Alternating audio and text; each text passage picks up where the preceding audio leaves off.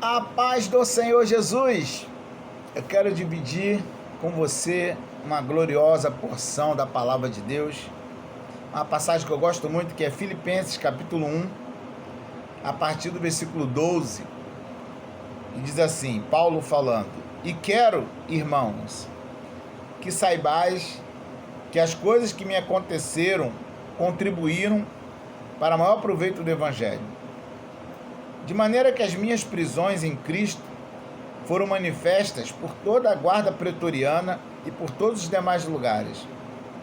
E muitos dos irmãos no Senhor, tomando ânimo com as minhas prisões, ousam falar a palavra mais confiadamente, sem temor. O apóstolo Paulo, escrevendo aos irmãos da cidade de Filipos, quando Paulo escreve essa carta, Paulo está preso em Roma. Paulo ficou preso 2 vezes em Roma. Essa foi a primeira vez que ele ficou preso. Ficou preso lá 2 anos. Foi-lhe permitido alugar uma casa e ele ficou preso em prisão domiciliar. Só que Paulo não podia ficar só. Então, os soldados eram divididos em turno.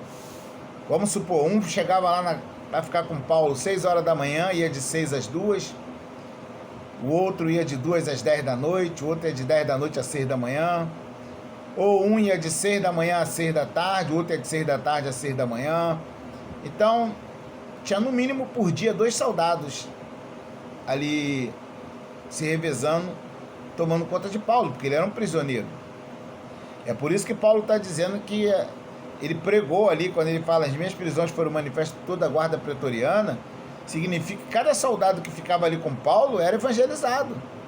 E como Paulo ficou preso 2 anos, mais de 700 dias, então imagina se cada dia fosse 2 soldados diferentes. Foi 1000 e poucas pessoas evangelizadas por Paulo. Então ele está dizendo para os irmãos, o que me aconteceu foi para o bem do Evangelho. Paulo, quando estava preso pela primeira vez em Roma, ele escreveu 4 cartas aos Efésios, aos Filipenses, aos Colossenses e a Filemão, estando preso ali. E no versículo 14, Paulo está dizendo que as suas prisões, elas contribuíram para encorajar outros irmãos. Porque alguns irmãos, tomando ânimo nas minhas prisões, ele disse, ousam falar a palavra mais confiadamente, sem temor. O que Paulo está dizendo? Que quando os irmãos era permitido, nesse caso Paulo, receber visitas, quando os irmãos iam lá em Roma visitar Paulo, não encontravam um Paulo murmurando, um Paulo questionando a Deus: por que, Senhor? Por que, se eu oro, se eu busco, se eu sou fiel, eu estou passando por essa injustiça? Não é esse Paulo que eles encontravam. Eles encontravam um Paulo alegre, um Paulo confiante em Deus. Tanto é assim que aqui mesmo em Filipenses capítulo 4, versículo 4, Paulo diz: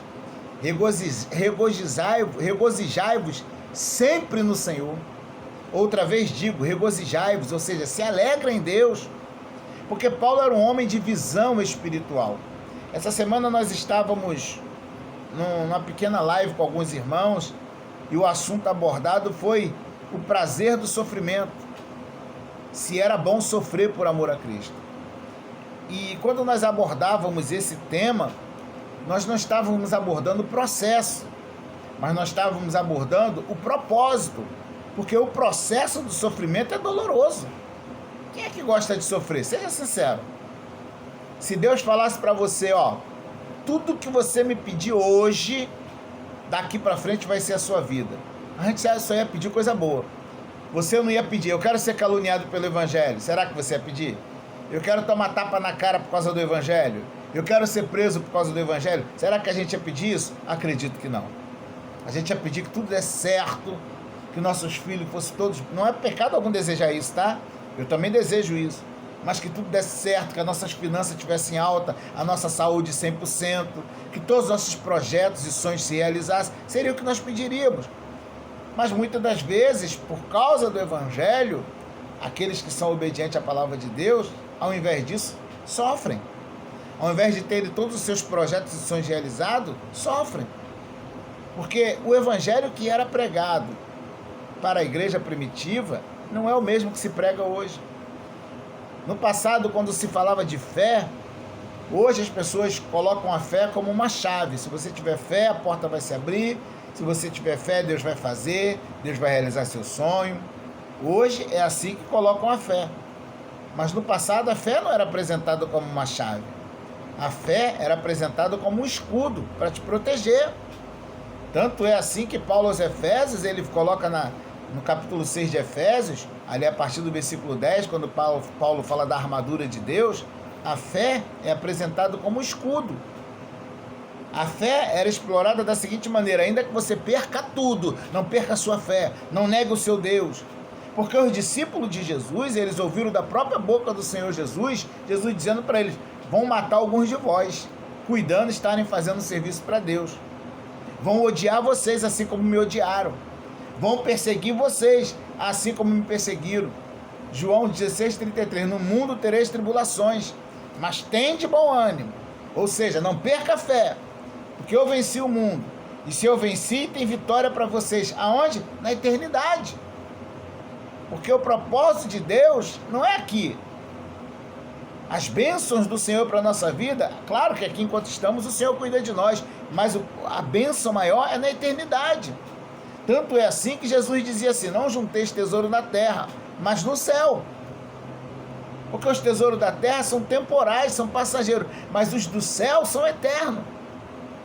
Então por isso que o apóstolo Paulo, na sua segunda epístola aos Coríntios, capítulo 4, versículo 17, Paulo está dizendo assim também: porque a nossa leve e momentânea tribulação produz para nós um peso eterno de glória, muito excelente. Então não é pecado a gente querer boas coisas enquanto estamos nessa terra, não. Isso só não pode ser o objetivo o alvo da nossa fé, o objetivo da nossa busca, não. Nós temos que preparar o nosso coração para sofrer por Cristo. A igreja brasileira, nós ainda não sabemos verdadeiramente o que é perseguição. Nós não sabemos. As nossas provações, na verdade, são nossos problemas que Deus usa para nos provar. Você está desempregado porque é um cristão? Tem pessoas que não são cristãs e também estão desempregadas, passando a mesma dificuldade que você. Você está doente? Tem pessoas que não é cristã que está doente como você, na mesma enfermidade.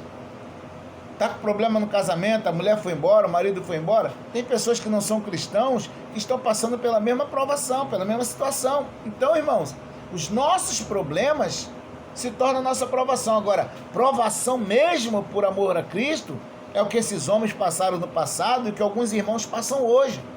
Por exemplo, na Coreia do Norte, que é o país mais fechado para o evangelho, o governo norte-coreano tornou o cristianismo um crime com sentença de prisão perpétua. Você sabia que nesse momento que você está ouvindo esse vídeo, tem entre 50 e 70 mil norte-coreanos passando por prisão, campo de trabalho forçado, mulheres sendo estupradas, porque uma das sanções para o crime, entre aspas, do cristianismo é o estupro. Olha que situação. Tem uma família lá na Coreia do Norte, eu estava vendo uma reportagem, num repórter, não foi nem um canal do YouTube cristão, não, repórter mesmo, não sei se foi da Record, que estava dizendo que uma família toda na Coreia do Norte foi condenada à prisão perpétua porque foi identificado como cristão. Dentre a família, uma criança de 2 anos. Como pode uma criança de 2 anos pegar prisão perpétua? Então você imagina a fé desses irmãos da Coreia do Norte. Eles sabem que se for pego uma Bíblia com eles, eles podem ser sentenciados até mesmo à morte. A mulher pode ser estuprada, a filha, e ainda assim eles não negam Jesus. Isso é fé. Isso é estar disposto a sofrer por amor a Cristo. E eu fico me questionando, meu Deus, será que se eu sou um norte-coreano, eu teria essa coragem? Eu teria essa fé? Paulo tinha. Os discípulos de Jesus tinham. Tanto que todos eles, dos 11 que permaneceram, excluindo Judas, todos eles foram assassinados, menos João. João não foi assassinado, mas tentaram. Segundo a tradição, segundo a história, o imperador Domiciano mandou jogar ele num tacho de óleo fervente. O imperador, não sei se foi Domiciano, mandou jogar ele num tacho de óleo fervente e ele milagrosamente não se queimou. Esse imperador Domiciano que mandou ele para uma prisão na ilha de Patmos, onde ele teve a revelação do Apocalipse. Então eles se prepararam para morrer por Jesus. Paulo, quando ele ia para as cidades, Deus já revelava a ele que ele ia passar. Aí ele dizia para os irmãos, eu estou pronto, não só a ser preso, mas a morrer por Jesus. Será que essa fé habita em nosso coração? Será que esse sentimento habita em nosso coração? Mas vai valer a pena. Paulo sabia, o processo do sofrimento é doloroso, mas o propósito é maravilhoso, de desfrutar uma eternidade com Deus, ser galardoado, ser recompensado, viver com Deus para sempre, vai valer a pena, porque a nossa vida aqui passa como um vapor, mas o que vem depois é eterno. Então vale a pena sofrer por amor a Cristo. Não murmure, não reclame. A gente quer abandonar Jesus por tudo. Aqui no Brasil as pessoas abandonam Jesus por tudo. Porque o irmão olhou para mim de cara feia, porque o pastor não me dá oportunidade para pregar. Vai pregar nas praças. Está cheio de gente nas praças precisando ouvir que Jesus está voltando, que é tempo de se arrepender dos seus pecados, é tempo de se humilhar diante do Senhor. A gente não briga para ir para as praças pregar, mas fica chateado porque não prega. Claro que a gente gosta. Eu congrego numa igreja, fico feliz quando eu tenho a oportunidade de ministrar. Mas se eu não me der também, tem as praças, tem as ruas. As pessoas estão sedentas, precisando ouvir falar de Deus. Então, as pessoas estão querendo abandonar Jesus, abandonar o propósito de Deus na vida delas por tão pouco. O teu compromisso tem que ser com Deus. Se você ficar procurando compreensão do homem, apoio do homem, você vai se frustrar. Porque grandes homens de Deus passaram por rejeição. O próprio apóstolo Paulo, esse homem de Deus que eu tenho certeza que você admira, a igreja de Coríntio foi uma igreja que ele sofreu muito. Ele fundou aquela igreja, ficou 18 meses lá e não era valorizado. 2 Coríntios capítulo 10, versículo 10, Paulo diz assim, porque as suas cartas dizem, os coríntios falavam de Paulo, porque as suas cartas dizem, são graves e fortes, mas a presença do corpo é fraca e a palavra desprezível. Era isso que eles falavam de Paulo, que a presença dele não era uma presença imponente. Paulo não era um homem imponente. A presença dele era considerada a presença fraca e a palavra de Paulo desprezível. Olha só o que falavam da pregação de Paulo. Aí Paulo, em 2 Coríntios ainda, capítulo 12, versículo 15, ele diz, eu de muito boa vontade gastarei, me deixarei gastar por vossas almas, ainda que amando-vos cada vez mais, seja menos amado. Então, você não pode esperar reconhecimento do homem, apoio do homem. Espere tudo de Deus, apenas dele. Então fica firme, firme. Eu sei que dói, a gente sente, a gente é ser humano. Paulo também sentia, Paulo não era super-homem não. 2 Coríntios capítulo 11, versículo 29, Paulo falava assim, quem não enfraquece, que eu também não enfraqueça. Quem não se escandaliza, que eu não me abrace. Paulo, ele também sentia seus momentos de tristeza, de lágrimas, mas dentro do seu coração a fé era verdadeira. É por isso que ele diz em 2 Coríntios 5, 7, porque andamos por fé e não por vista. Pare de andar por vista e ande por fé, crendo em Deus, sempre, para que no final de tudo você e eu, nós, possamos dizer, como disse Paulo, 2 Timóteo 4, 7, combati o bom combate, acabei a carreira e guardei a fé. Que Deus te abençoe, fique com essa meditação. Chorar você pode, não é pecado chorar, não é pecado sentir medo, você não pode só desistir. Chorar você pode, sentir medo você pode, você só não pode desistir. Você só não pode o medo te tornar um covarde. O teu medo não pode ser maior do que a tua fé e do que a tua confiança em Deus. Que Deus te abençoe.